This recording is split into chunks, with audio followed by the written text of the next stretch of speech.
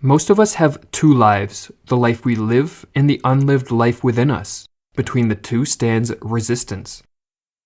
At certain times, we experience a calling from our higher self, urging us to move in the direction of a more noble life.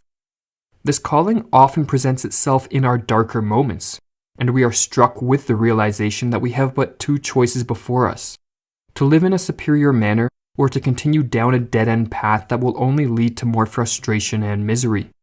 While this apparition of our higher self may supply us with temporary inspiration, we rarely obey its orders for long. Instead, we sink back into our habitual ways and live in obedience to our base desires, apathy, and cynicism.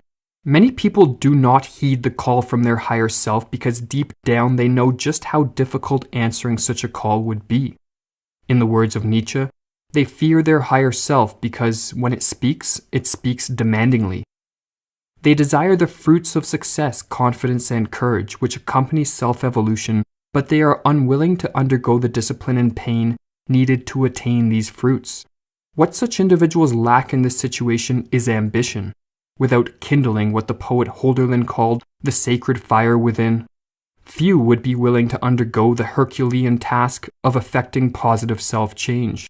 Ambition, wrote Steven Pressfield, I have come to believe, is the most primal and sacred fundament of our being. To feel ambition and to act upon it is to embrace the unique calling of our souls. Not to act upon that ambition is to turn our backs on ourselves and on the reason for our existence. A lack of ambition, however, is not the only thing holding us back. Sick of wasting our life drowning in our sorrows and bad habits, times arise when we deeply desire nothing other than the opportunity to put in the hard work and discipline needed to live in a superior manner. Yet for some reason, we just can't make any progress. We feel a strong pull from our higher self, but we feel a stronger pull in the opposite direction, opposing our every attempt to take a step forward. Steven Pressfield called this inner opposition resistance, and warned that it is the greatest enemy we will ever face. Resistance is the most toxic force on the planet, he wrote. To yield to resistance deforms our spirit. It stunts us and makes us less than we are and were born to be. As powerful as is our soul's call to realization, so potent are the forces of resistance arrayed against it. Resistance is the set of psychobehavioral patterns and habits which inhibit us from heeding the call of our higher self. Excuses, rationalizations, fears, laziness, depression, anxiety, procrastination, and the tendency to self-medicate are all manifestations of resistance. As resistance is that which opposes any movement from a lower state of being to a higher, unless we learn to overcome it, a life of mediocrity will be our destiny. Resistance's goal is not to wound or disable. Resistance aims to kill. Its target is the epicenter of our being, our genius, our soul, the unique and priceless gift we were put on earth to give and that no one else has but us. When we fight it, we are in a war to the death.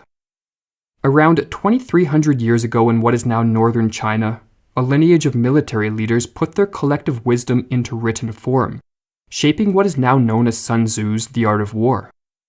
While the primary intention of the text was to provide military leaders with insight on how to subdue their enemies, its profundity lies in the fact that it offers timeless wisdom on how to deal with any form of conflict and any type of enemy. Thus, for advice on how to overcome resistance, the enemy within, we can turn to The Art of War for insight.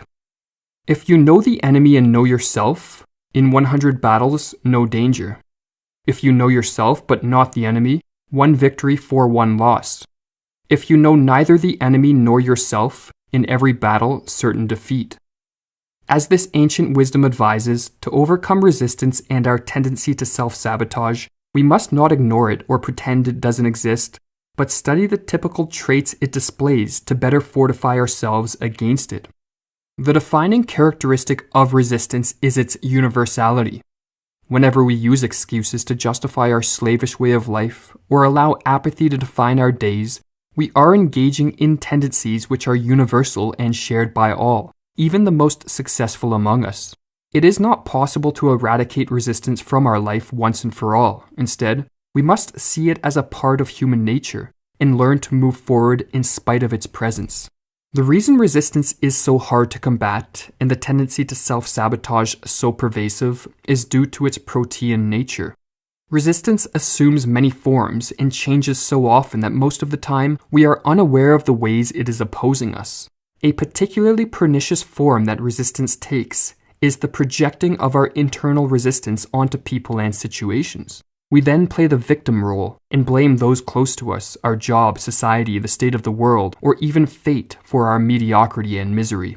Projection is so damaging because it not only prevents us from taking the needed responsibility for our life, but it also harms our relationships with those close to us. To combat this tendency, Pressfield recommends we adopt the following mantra. Resistance arises from within. It is self-generated and self-perpetuated. Resistance is the enemy within. While projection is certainly a dangerous form of resistance, the most powerful manifestation comes in the form of fear. Fear in response to something potentially harmful is a natural and healthy response.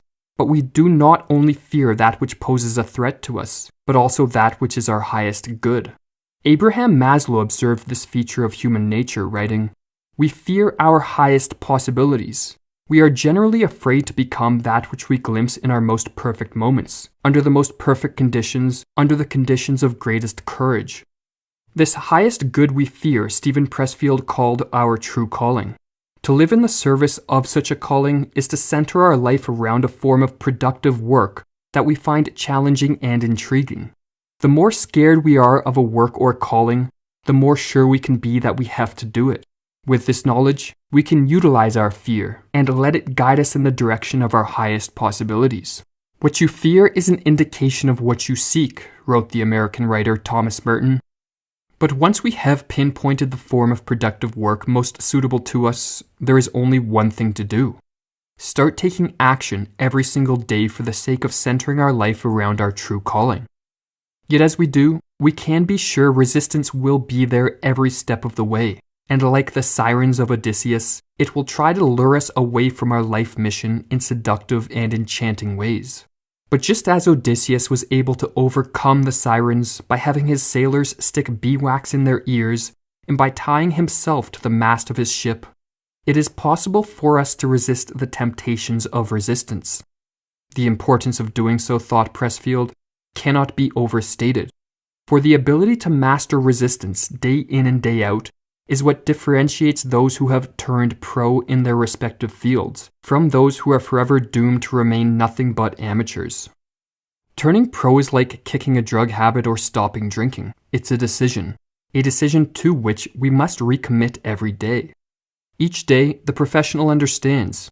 He will wake up facing the same demons, the same resistance, the same self-sabotage.